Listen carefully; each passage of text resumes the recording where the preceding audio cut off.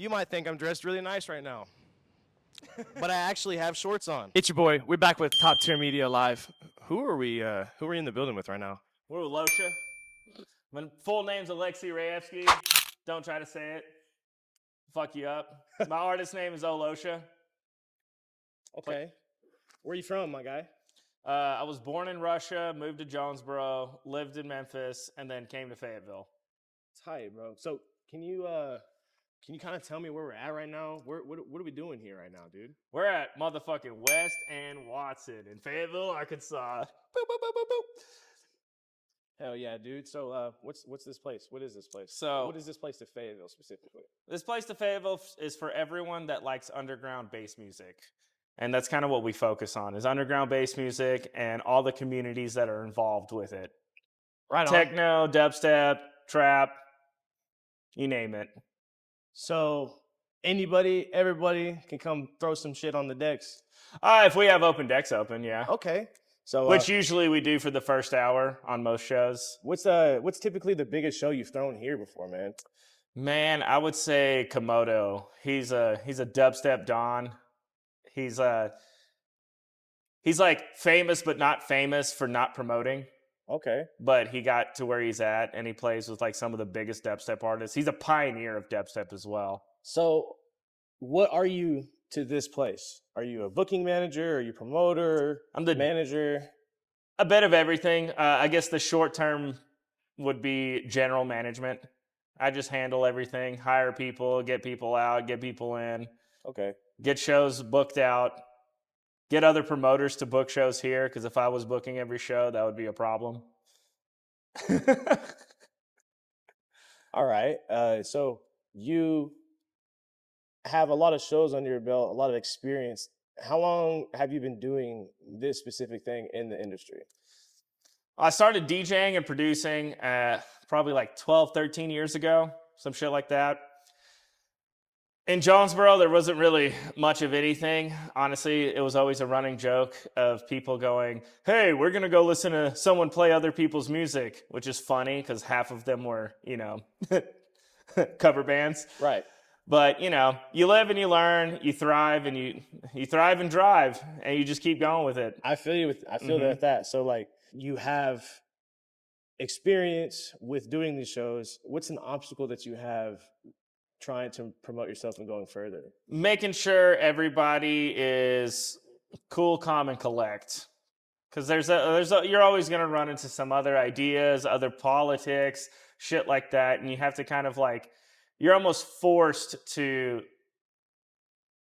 you have to help everybody out. You can't, if I don't like the music, I can't not book them. I have to book them regardless. I feel like there has to be a mutual common ground. Everybody's got to really like. Yeah. And not even that. Like even if I despise it, but other people like it, that doesn't matter. It's a venue for all types of art. Just because I'm the GM here doesn't mean I can just put my foot down and only have one type of music. So going back to one type of music, you mentioned to me before that you produce music. You also make all kinds of other sounds. Can you tell us what was the inspiration behind the OHLOSHA, specifically the OHLOSHA project? Well, it first started off as Bros of Stalin, which I looked into the future and found out that wasn't a good idea. And then it was Odium. Bros of Stalin was more trap-based, dubstep-based, electro house-based. And then Odium was more of like the tear-out rhythm, classic rhythm, dubstep, more of the like, kind of hateful stuff. Right. Odium means hatred coupled with disgust. And then as I grew older, it just didn't really vibe with me as much anymore. So I was looking through and I stumbled upon just doing OHLOSHA because at this point, I don't have to necessarily box myself in with a name or a brand. Because like you look at Excision. If you read the name Excision, it sounds like Excision. It's very like hype. It's very aggressive because the name sounds aggressive. So going back to like when you first started, where did you get your come up initially? Where were your first couple bones thrown for you, man? Shit. St. Louis. St. Louis? Yeah, St. Louis. Shout out Subculture. Hell yeah. Yeah. Rest in peace, Sarah Bears. Love the shit out of her. That's pretty much, that was my first like bass music community, electronic music community. So those were some people that inspired you to continue to go forward and stuff? Oh, yeah. I used to drive 4.5 hours just to catch a show. Yo, 4.5 hours is actually insane. I think that's some dedication to go do this some is like things. circa 2012, 2013. So talk to me a little bit about specifically dealing with people like Truth, being in Memphis, you know, coming up DJing there and stuff too, man. Like, Oh, like Memphis, shit. Like the New Daisy opened back up, and they just got the whole like Function One Evo 7 pre-production model. so at the time, these are the speakers. Bro, they're brand new. They weren't even out yet. Oh, wow. Like there was like a full array of them, plus 12 BR221s. Speaker nerds will know that. Speaker nodes, Yeah. tap in. Oh Speaker yeah, nerds. speaker nerds Tap tap the in. fuck in. Tap the fuck in. We're talking about like a $700,000+ sound system in a theater. Oh wow, in a theater, that kind of sounds lit. Hey, dude, it was so good. A lot of ass shaking in a theater. Ah. Never seen that one before. A lot of looks in a theater. A lot of patchouli. I mean, Yeah. scratch out ass. Put patchouli. Yeah, patchouli. What's the Patchouli- sage? Patchouli and cigarettes. sage. Yeah. Fuck the sage. Cigarettes.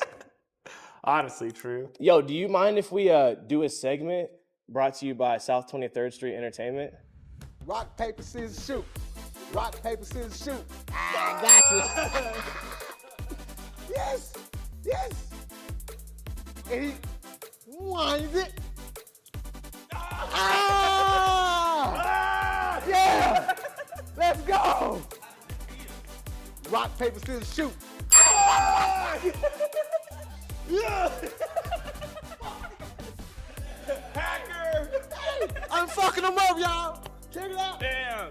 Check it out. You gotta do the other side. Oh, he wants the other side. I'm gonna show y'all the pimp hand. Oh! Oh my God! I wanted to say, where my money? Where my money? You ready? Rock, paper, scissors, shoot. Rock, paper, scissors, shoot. He got it. He got a little bit on his shoe. Zoom in.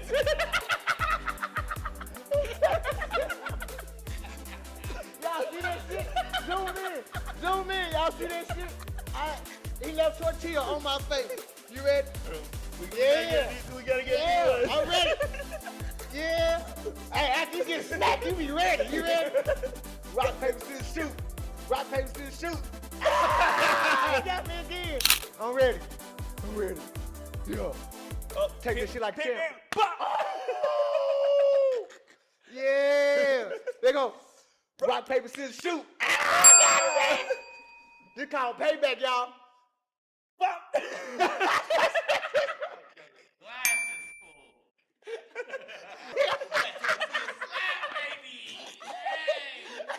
Gotta do it. Finish him.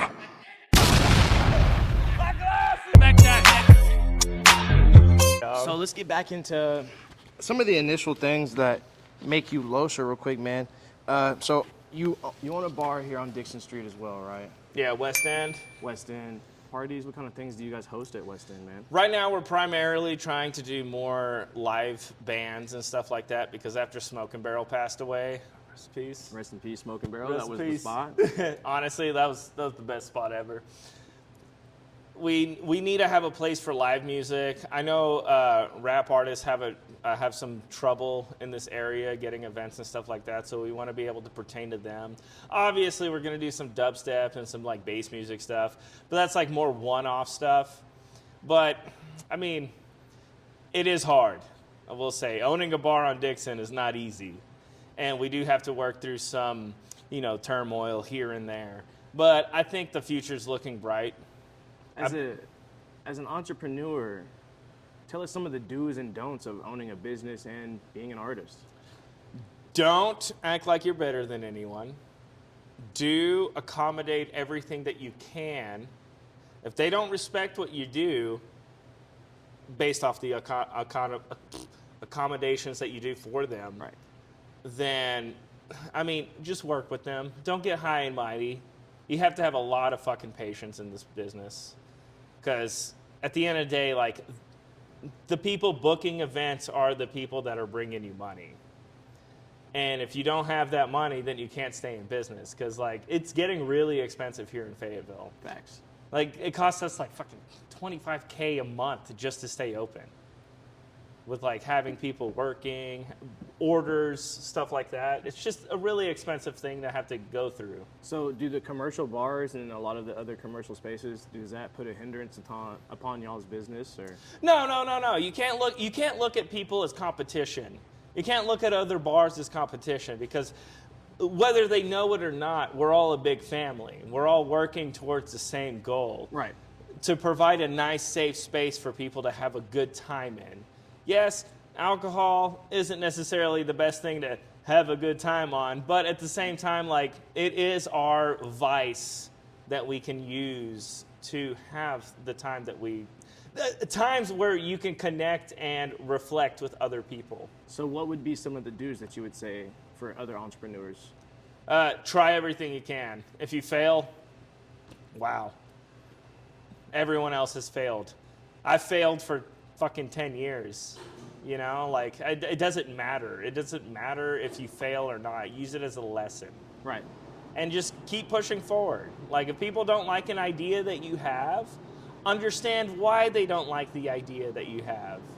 And then figure out a way to incorporate what they're thinking without buckling and becoming one of those yes men type of businesses. Because then you're going to get stuck in a loop where you're just, you know, doing everything because Twitter told you so, you know? For sure. I think that's some pretty wisdomatic things that you could say. So what's the future for Animated Audio, West End, and the OHLOSHA project? For those that don't know, Animated Audio is a production company that I work on. And it's more of like a easy breezy, get cool shit done, cover girl type business. Because, like, I don't want to take anything seriously with the business. Obviously, the business is serious. But once you start making it a stressful endeavor, then you can't really get many things done. So it's more of like we'll work with you to a point, but we do expect to get paid, even if it's a little bit. But if you do have a substantial event where you're making, like, you know, $4,000 or $5,000 at the door, we're gonna definitely want that cut because we just offered ourselves for $300 for a, you know, $1,000 worth of work. So are you someone that's being very dominant in the lights and the sound production and production in general? Would you say you're one of the top brands around here that people use? Or? Not necessarily. I mean, there's like Ozark 808, there's Buena Vibra. Buena Vibra does their own whole thing, which is amazing. They have Othorn 21-inch subs. The Sound Boys, you'll know what I'm talking about. They do a lot of things for their brand. It's not about putting yourself in front of anyone. It's about all of us working together because at the end of the day, Fayetteville, honestly, you go to many other places, we are so fucking spoiled. You've told me before that sound system wise, we are so fucking spoiled. You've told me there's at least 10 different sound systems that you yeah, can dude, go we pull have up and grab. Voids, we have Hennessy, we have Bass Boss. Our bottom line is Bass Boss. Give us the top 5 sound systems in the world right now. Function One, Element 5, shout out Tribal Roots. Honestly, Tribal Roots is like, they're my favorite. My personal favorite sound system is the Function Ones. Okay, that's 2. What's the is this in order? This is in order. I mean, not necessarily. At the end of the day, it all comes down to the sound engineer. Okay, top 5. Yeah, What's the third one? Engineer. I mean, like, not top 5. 5 that are awesome. I want the top 5. No, like the top 5, but not in order. Okay, top 5, but not in order. Element 5s, Function 1s, Hennessy Sound Design, Void, and honestly, Bass Boss. Bass Boss for pro consumers, fucking fire. So these are some of the typical speakers that are at big music festivals, or is this something that... For the most part, yes. There's also La Voice. LA, you'll probably hear, you've probably already heard them. If you went to a Bonnaroo, if you went to any big ass event, you've probably heard LaVoice or JBL's Okay. 9 times out of 10, but probably LaVoice. So, fast forwarding, we know that you're playing at JJ's here soon Yeah. for the Tape B event and some other hush. Shout out Scott. Yeah. Shout out Scott. So that's going to be pretty much a sold out event. That's definite. You know, Dude, they just sold out pre-sales. Oh yeah, In 45 minutes. yeah. So those tickets are definitely. I did not score a ticket, so if you have a ticket, I need one. Shit. Yeah, I need one of them. But no, I was preparing for this. I needed this done first. Yeah. But tell us about that relationship with JJ's, and like, is that the same speaker system that they have there? Is that the Honestly, I can't tell you shit about JJ's because this is the first time ever working with them. okay? So like, I really can't I can't say anything with proper confidence about No, for it. sure. Because like, really, again, I come back to the main thing that I work on is the underground. So, but was it like they hit you up or you hit them up? Well, funny enough, Bobby, shout out Glass Boutique.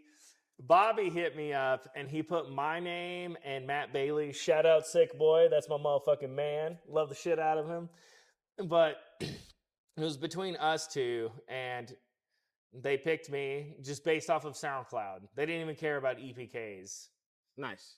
So that's how fortunate that for went. you. Fortunate for you. I mean, Yeah. Well, I mean, I've been producing music for a long time. Yeah. But at the same time, you can't just like stand on that shit all the time. No, but you got to stand on business though. Relevancy is something. I mean, because you got to think it's Tape B. It's not like it's someone's backyard festival. I mean, you definitely earned that. Yeah, but like I just got booked for Momentous, and we have Dr. P, mean, and Flux Pavilion. That's amazing. You know? Those are two very dominant DJs in the scene right now. I feel like.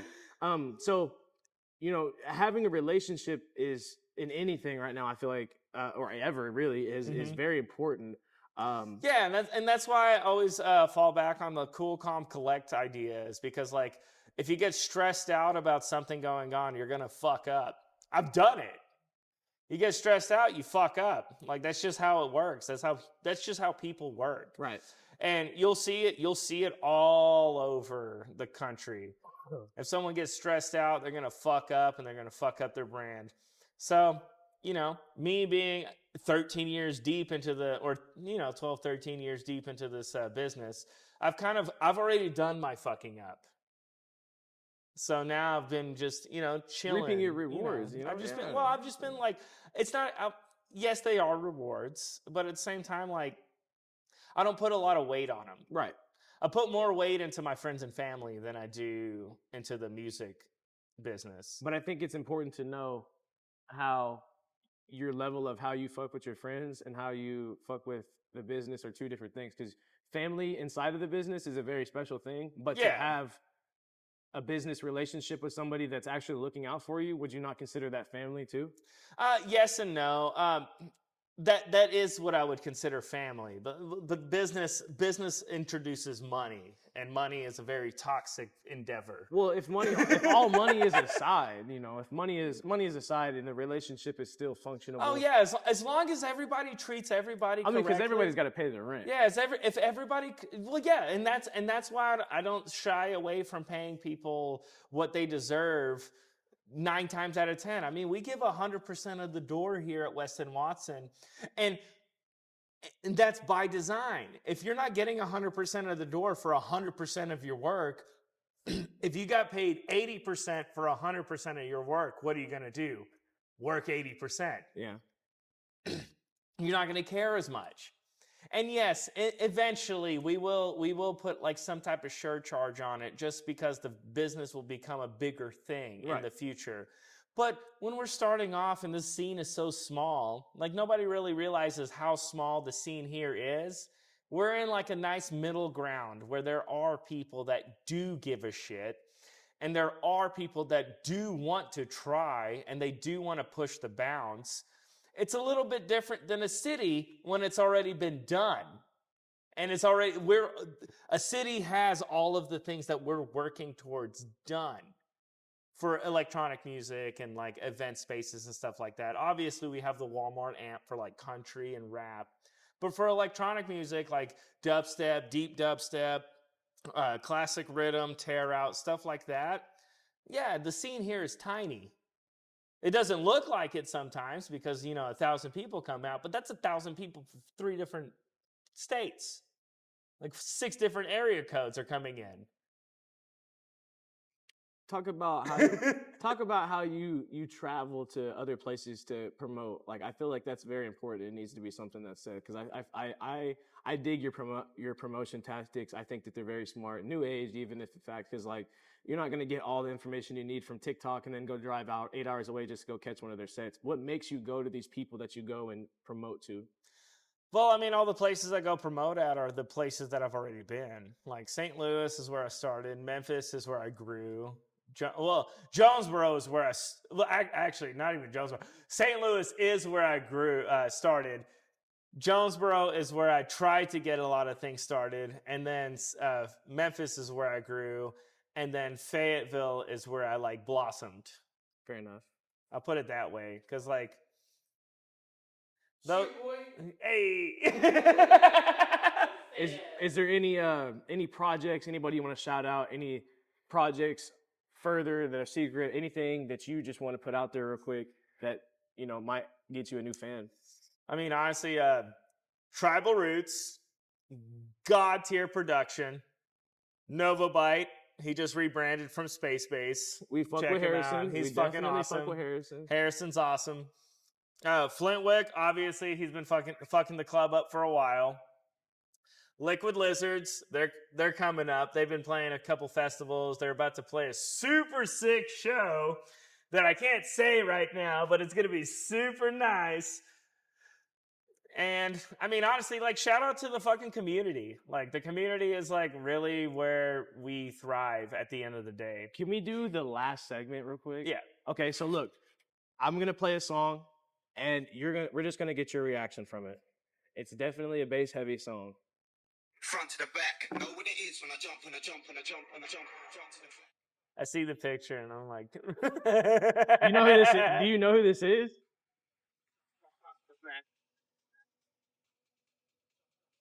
I don't know who Ricky Finger is, but I know who Levity It's not is. Ricky Finger. It's Richard Finger. Whatever, dude. Bro, nobody knows who this is right now. Front to the back, know what it is when I jump on the track.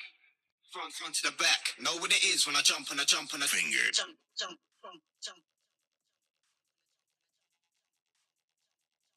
When I first heard this, my mind was fucking melting, okay? It sounds like Hamdi. Bro, this dude has... So look, nobody knows who Richard Finger is. There's been a lot of people that have asked directly who the fuck Richard Finger is. Nobody knows who this guy is. It was super good. I want to hear it on, like, a fat system.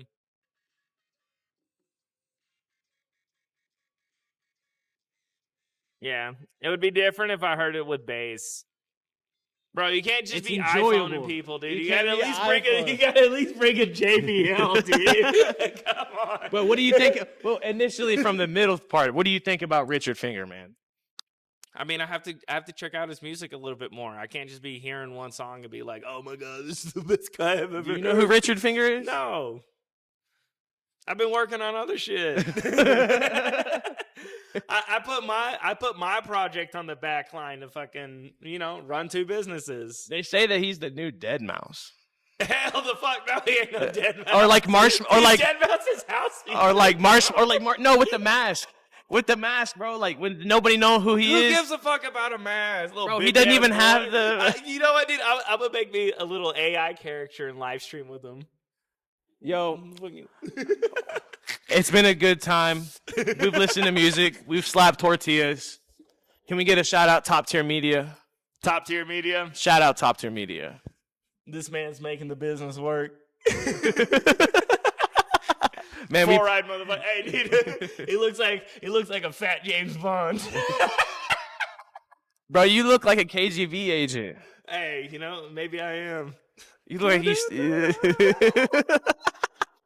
Man, we appreciate you, bro. Hey, Thank dude. you for letting us come through of the place of business, man. Hey, And come to Weston Watson, fuck around, find out. We have the best sound in the business. So does across the street of West End. But right here, We got bass boss, turbo sound. We got all the lights. We fuck around, and we found out. For sure. Make sure you tap in. Hey, big shout out to Big Scoobie. Big shout out to Top Tier Media. Appreciate everybody that made this happen today. And yeah, we're fucking done here. Yeah. Also, shout out Russ. All right. The owner of the business. Shout out That's Russ. the motherfucking man. All right. We're fucking out.